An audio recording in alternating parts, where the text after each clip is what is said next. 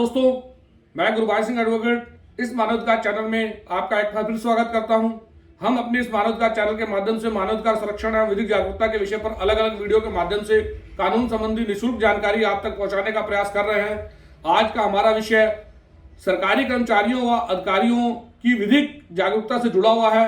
हमारा आज का विषय है कि पुलिस केस किसी सरकारी नौकरी के मामले में क्या प्रभाव डालता है, किन मामलों में कोई आपराधिक केस होने पर सरकारी नौकरी जा सकती है, सरकारी कर्मचारी आपराधिक केस से क्यों घबराता है और क्या कहता है कानून व नियम। दोस्तों, यह वीडियो लंबी ना हो इसलिए हमने इसे 2 पार्ट में बनाया है। वीडियो के इस पार्ट में हम सरकारी कर्मचारियों के विरुद्ध मुकदमे की स्थिति में कब नौकरी जा सकती है के विषय पर बात करेंगे और इसके सेकंड पार्ट में हम बात करेंगे जो लोग सरकारी नौकरी की तैयारी कर रहे हैं उनके विरुद्ध किसी प्रकार का आपराधिक मुकदमा दर्ज होने पर नौकरी में लिया जाता है या नहीं।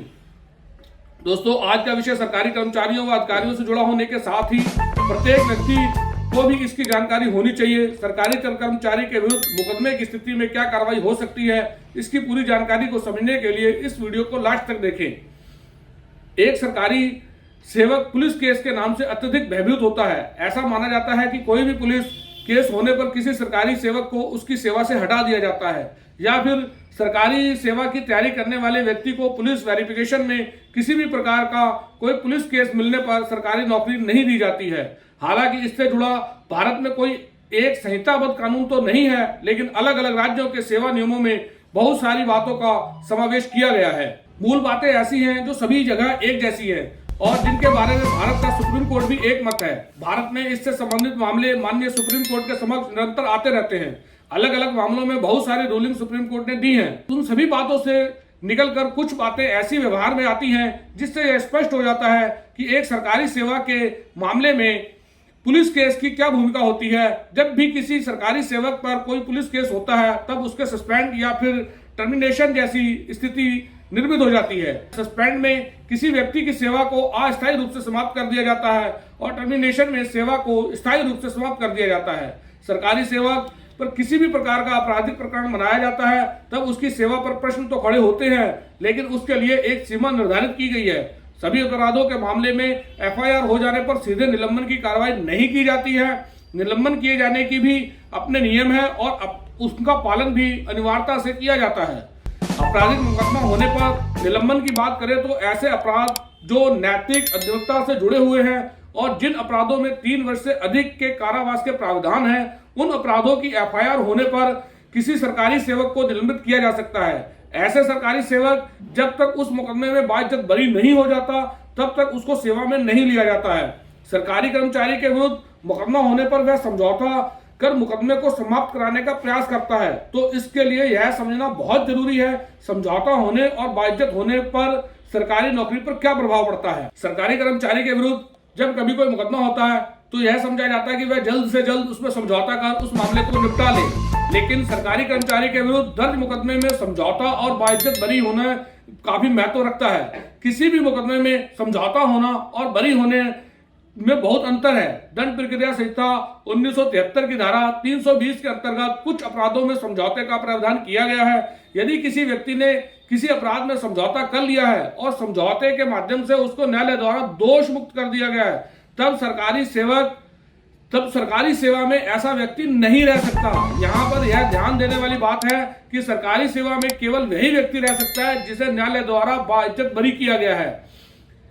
यानी यदि कोई व्यक्ति धारा 320 सीआरपीसी के तहत समझौता करके मामले को समाप्त करा लेता है तो उस स्थिति में भी वह सरकारी नौकरी के लिए पात्र नहीं रहता है।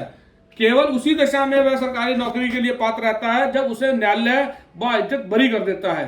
वहीं कई छोटे छोटे मुकदमों की स्थिति में सरकारी कर्मचारी मुकदमे को जुर्माने द्वारा भी निपटाने का प्रयास करता है। आपको यह बता दें कि यदि कोर्ट में मुकदमे में किसी सरकारी सेवक पर 100 रुपए का भी जुर्माना लगाया है और आरोपी व्यक्ति ने उस जुर्माने को स्वीकार कर लिया है, तब भी ऐसा व्यक्ति सरकारी सेवा में पात्र नहीं रहता है। इसलिए एक सरकारी सेवक को यह ध्यान देना चाहिए कि वह सदैव आपराधिक मुकदमों से बचाव का प्रयास करे और यदि कोई मुकदमा होता भी है तो वह किसी भी मामले में किसी भी अपराध को स्वीकार ना करे, बल्कि जहां तक प्रयास हो वह मामले में बाइज्जत बरी होने की कोशिश करे। अनेक ऐसे मामले होते हैं जिनमें छोटा छोटा अर्थदंड कर दिया जाता है। ऐसा अर्थदंड तब ही किया जाता है जब आरोपी किसी अपराध को स्वीकार कर लेता है।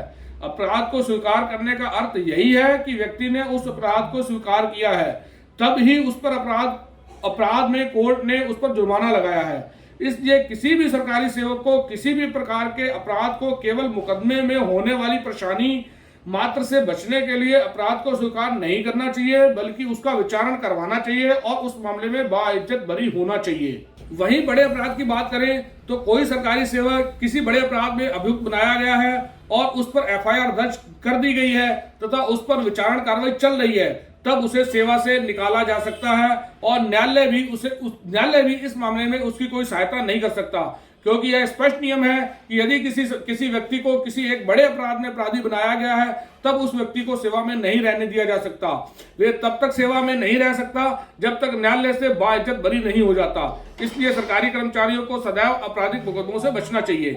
हम चाहते हैं कि सद्भावनापूर्वक उद्देश्य से आम नागरिकों को विधिक रूप से जागरूक करें, जिससे वह अपने मानवाधिकारों का संरक्षण कर सकें और साथ ही अनावश्यक परेशानियों से बच सकें। अगली वीडियो में चर्चा करेंगे कि सरकारी नौकरी की तैयारी कर रहे व्यक्तियों पर आपराधिक मुकदमे का क्या प्रभाव पड़ता है, किन मुकदमों की स्थिति में किसी व्यक्ति को सरकारी नौकरी के अवसर से वंचित किया जा सकता है। इस वीडियो में दी गई जानकारी कैसी लगी कमेंट में बताइए। इस वीडियो को शेयर करिए, लाइक करिए और आगे अपने दोस्तों तक भी पहुंचाइए। नमस्कार।